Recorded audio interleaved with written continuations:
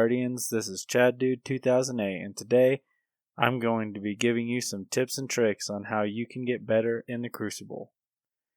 I'll be splitting this up into 3 sections because it's most likely going to be a longer video. I will leave the times on screen now.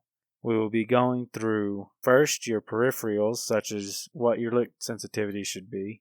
Second, where you should practice. And third, hardware you can get to improve your game. So let's talk about look sensitivity. Personally, I play on a 6, but a lot of people I know play on 5. This actually varies from person to person. It is all about what you're comfortable with. But the most important thing is, if you want to up your look sensitivity or lower your look sensitivity, give yourself time to get used to it. You don't want to be changing this every day. Your muscle memory will never set in and you won't be used to it. So please, anytime you change your look sensitivity, give it 3-4 days, even a week, so that you can get used to it. The most important thing is that you are comfortable. Next, let's talk about button layout. For a long time, I would use the default setting that any game gave me to use. But recently, as I have tried to become better, I have started to change things around. My personal button layout switches shoot and aim from the right and left trigger to the right and left bumper. It also switches my jump button to my R3 button. This way, I do not have to take my thumb off my stick to jump. Some of you may slide more than I do, and if that is the case, you may want to switch your slide button with your R3 button. That split second that it takes to press your slide or your jump button may not seem like much, but it can make a difference.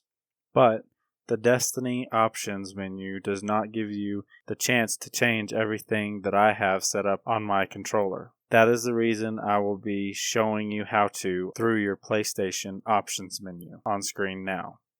The last thing in this section is to turn off your vibration. It's distracting and it can hurt your aim, even if it is just a little. Now on to practice.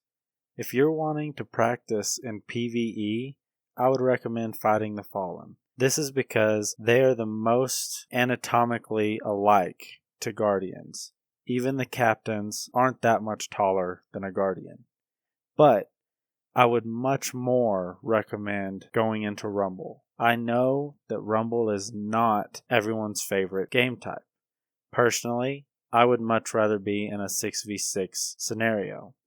But in Rumble, you get into many more 1v1 gunfights. And this will help you start to win your 1v1 gunfights in other areas. So, before you start to go and play your favorite type of game mode in the Crucible, go ahead and warm up with 3 or 4 Rumble matches. This will make you better. My next tip is to think about why you died. This may seem obvious, but not many people actually do it. Most of the time when I die, there was a box directly to my left or right that I should have been standing behind. It was stupid that I wasn't in cover.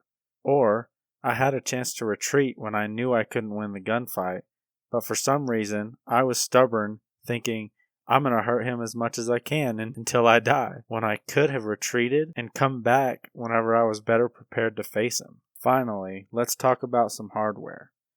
The only thing I would recommend to the average gamer are control freaks. These are $15. Most places you can get them even cheaper. They are stick extenders to help you make fine movements with your joysticks, like controlling the recoil of a weapon. This will also help the rubber from your joysticks on your controller from being worn down. The other thing I would suggest is not for just anybody. It's mainly for very serious gamers who are willing to spend the money, and that is a scuff controller. And just like I talked about in the first section of this video, what it helps you do is to never take your thumbs off the joysticks. They have 2 buttons in the back as shown on the screen so that you can put jump, slide, or punch, whatever you want to on those buttons, and you don't have to use your thumbs to do so. I hope this helps some of you out. If any of you have any tips that you have done to make yourself better, please leave them in the comments below so that we can all get better together. If you enjoyed this video, please don't forget to like and subscribe.